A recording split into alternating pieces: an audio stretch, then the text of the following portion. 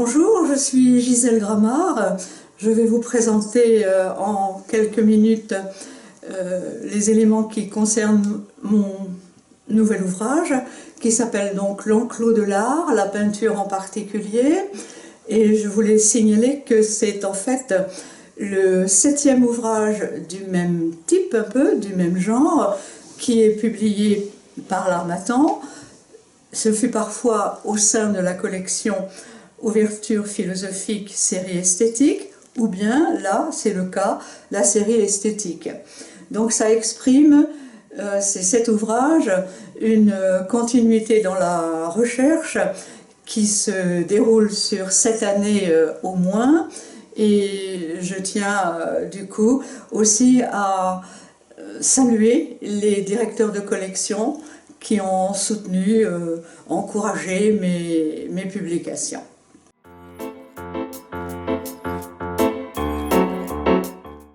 La forme qui se répète au fil de mes différents ouvrages est une forme que j'appelle, c'est pas moi qui ai trouvé le nom, mais elle me semble bien convenir à ce que je recherche, c'est une forme polyptyque. Polyptyque, ça signifie plusieurs plis, ça fait référence à la peinture ancienne, y compris depuis les fresques romaines, mais aussi aux rétables des églises. C'est donc un ensemble pictural qui s'ouvre, qui se ferme, avec des volets que l'on peut, selon ce que l'on a envie de voir, en totalité ou en partie, ouvrir ou fermer en effet. Donc c'est une écriture polyptyque qui se prolonge d'un ouvrage à l'autre. Globalement d'un ouvrage à l'autre, qui crée lui-même son enclos, pourrait-on dire, et à l'intérieur de l'ouvrage aussi, puisque ce sont toujours des chapitres relativement brefs, titrés, suivant une question, un concept, une notion, ou suivant le titre ou le nom d'un auteur, d'un artiste en général. Alors il est question de l'enclos parce que, en fait, c'est un ouvrage que j'ai réalisé dans cette période dont nous ne sommes pas encore sortis, qui est celle de la pandémie, et que, du coup, le terme d'enclos, comme étant peut-être quelque chose à préserver pour nous-mêmes, pour notre création, pour notre réflexion, c'est imposé ou c'est d'abord fait remarquer. Mais je voulais signaler que l'enclos de l'art, vient d'un terme qui avait été employé par des artistes romantiques au XIXe siècle dans le quartier qui se trouve autour de la rue Chaptal. Ça s'appelait l'enclos Chaptal et c'était dans la demeure de l'artiste Ary Scheffer. Et il y recevait, comme dans un enclos précisément, à la fois des peintres, donc de la Croix, que j'ai cité tout à l'heure, mais aussi des musiciens. Donc l'enclos comme étant un quartier de Paris, un clos aussi, mais ouvert malgré tout, et cette notion qui m'a intéressée.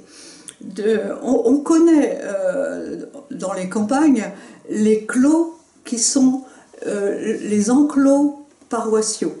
C'est un cimetière autour de l'église, l'enclos paroissial. Ça fera écho à la dernière partie de l'ouvrage où il est question d'un enclos historique et d'enclos comme cimetière également. Alors ce qui s'est passé pendant cette période où, comme je le dis dans le titre d'un chapitre, où nous étions privés de regard, privés de lieux où nous pouvions accéder, comme on le faisait d'habitude, à l'art, à la peinture, mais aussi à toutes les formes d'expression artistique, privée de regard, eh bien, j'ai été conduite, comme c'est le cas pour tous ceux qui ont absolument besoin d'une familiarité presque quotidienne avec les expressions artistiques, eh bien, j'ai été conduite à rechercher les endroits où, en dépit de toutes les fermetures, on pouvait voir quand même de la peinture. Et ces endroits, ce sont un certain nombre d'églises parisiennes. Donc la première église parisienne que je cite, c'est Saint-François-Xavier, qui est une église qui se trouve dans le 7e arrondissement et qui recèle des chefs-d'œuvre. Il y a un grand Tintoret, une scène de Tintoret. Il y a un Ribera, qui est une copie d'une déposition de croix, mais qui est une copie de très bonne qualité.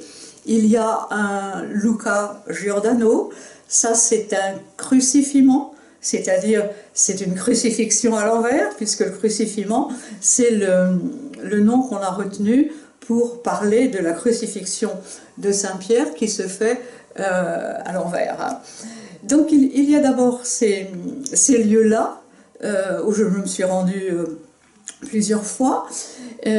Après, je parlerai aussi un petit peu, si le temps m'est donné, de la chapelle des Saints-Anges dans l'église Saint-Sulpice, où se trouvent les dernières œuvres de Delacroix. Et ça m'intéressait aussi, si vous voulez, ces réflexions sur le temps viennent quand nous sommes dans un temps suspendu, dans un temps qui nous est volé, dans des regards qui nous sont volés, dans des situations où nous n'avons pas le choix de faire ce que nous pouvions faire d'habitude, d'évoquer la fin de la carrière de Delacroix, ce qui a été considéré par Baudelaire comme étant son testament. Et moi j'ai un tout petit peu rectifié, si l'on peut dire, je dis qu'il s'agissait d'un testament pictural, ces dernières œuvres dans la chapelle des Saints-Anges de Saint-Sulpice.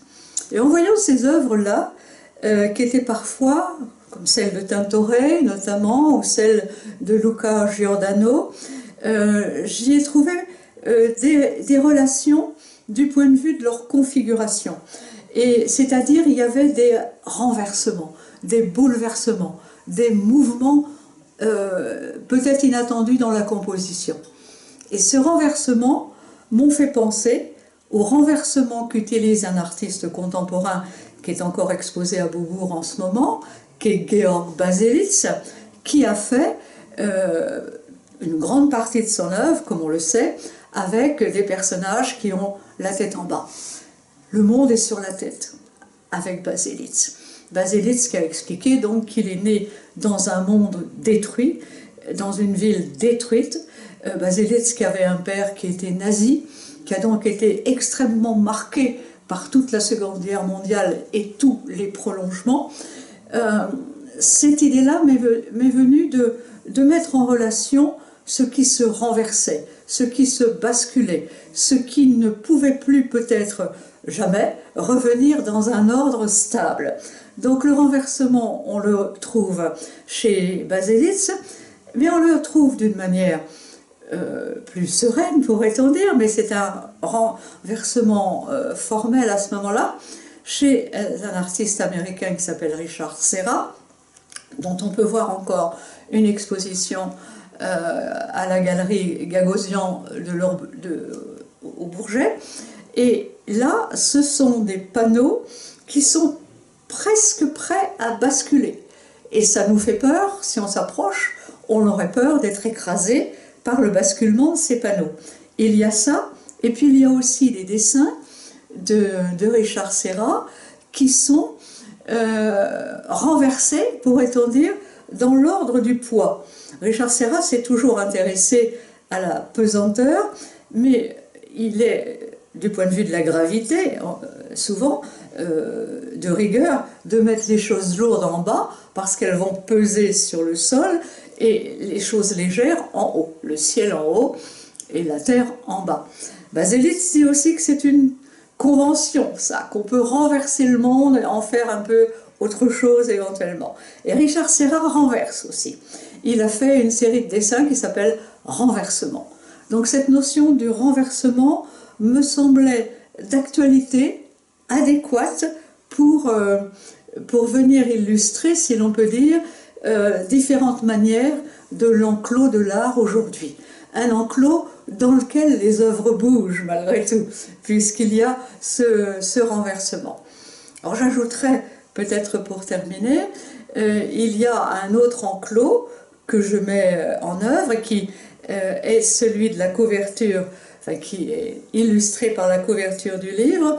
C'est un labyrinthe c'est l'enclos du labyrinthe. Et là, j'ai choisi de représenter une des 15 versions que j'ai faites du labyrinthe.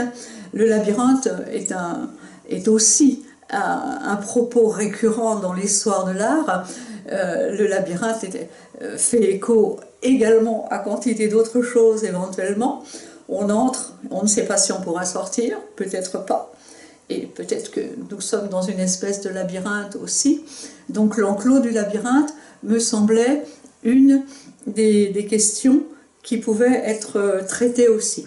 C'est un court ouvrage, comme d'habitude, j'ai envie de dire, mais ce que je voulais peut-être évoquer pour signaler, c'est que cette notion de l'enclos, évidemment, je ne l'ai pas épuisée, elle n'est pas aboutie, et que qui le voudra pourra encore s'en servir.